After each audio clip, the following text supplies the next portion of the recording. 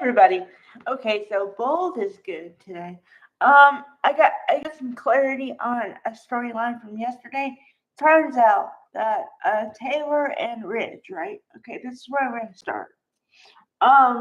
She proposed to him, which okay, that's fine. I just didn't know what was going on. That explained why he didn't get on a knee because she proposed to him. So yeah. And what's funny is that I am not as happy as I usually am when it comes to proposals. Usually I'm jumping up and down like it's my proposal, and this one I'm just like, okay. Because I don't know, there's something in my head that says he's gonna go back to Brooke. No matter what, like even if she's with which okay, on the good side, it clears the way that Brooke should go with Nick if she wants to, because now now Ridge is not an option if he's engaged to Taylor, right? But if you go back to the history, which I was talking about a little bit yesterday, Brooke and Ridge have this history of like back and forth and back and forth. And first of all, I don't really like it because it feels like a game of ping pong. Second of all, these people are supposed to be adults, and yet they're playing like they're in high school. That's what you do in high school when you can't figure out if you want to be with somebody or not. And it's not even healthy then, but I mean, at least you're young. These people are supposed to be in their 40s or something, and they can't decide who they want to be with. I never understood that ever.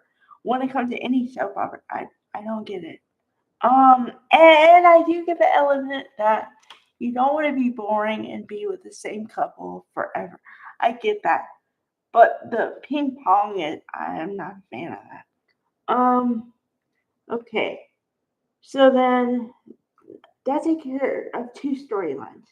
And then the other storyline is that Hope still wants her line to be back intact at Forrester Creations. And so Brooke uh, really offers to help her out. And but Hope calls her out and says, "Well, are you trying to help me out because you're trying to help me out, or are you trying to help me out so you have a chance with Ridge again?" And this is before Nick tells her that they're engaged. She didn't know that before. Um, okay.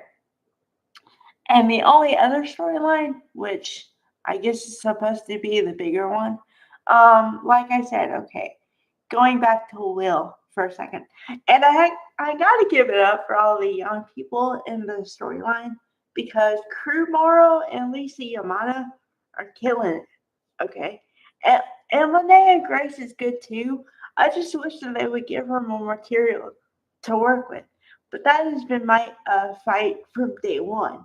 When I said, "Who is this girl?" and whatever, and I was like, "Okay, she's cool. She seems nice, but they're not giving her anything to work with." Well, now the poor girl has to watch her boyfriend, who plays her boyfriend on screen, kiss another girl just try to get a confession out of the other girl. And it's got to be awkward no matter no matter who you are. I mean, imagine it. Like you're in the beginning of a relationship. You've just considered yourself a couple, boyfriend, girlfriend, whatever.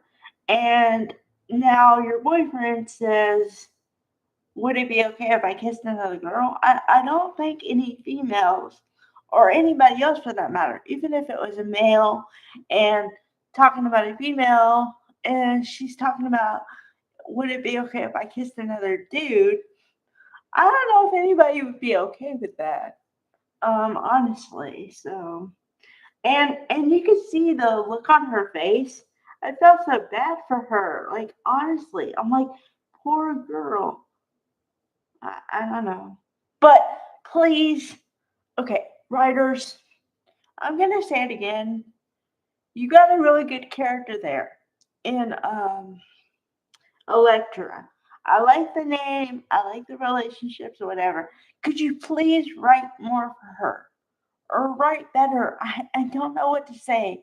But like you're not using her to her full potential. And I don't like it. Because you're just like letting her sit there and then be embarrassed when, and this like whole thing. I'm getting secondhand embarrassment for her. That's not right. It's not right. Uh, and meanwhile, Steffi and Finn are there with her, and somebody else is there too. I forget who. But so essentially, there are three people watching on a laptop. Her boyfriend kiss another chick, and they're totally okay with it because they have ulterior motives.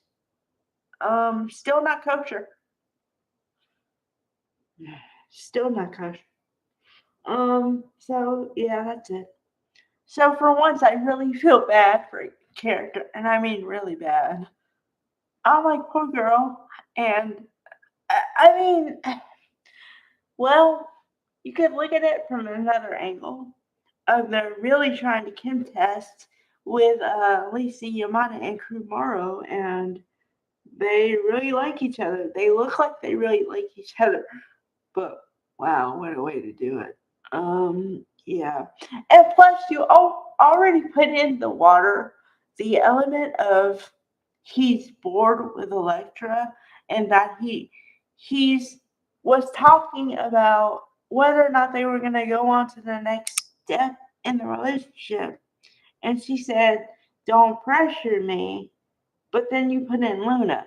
So, okay, are you doing the triangle element? Are you gonna make him break it off and so he can be with Luna, or what? Or is it gonna be an obsessive thing where she's obsessing over somebody she can't have? Which one is it? Because right now I'm in the I don't know camp, and I don't like that camp. So, all right, bye everybody.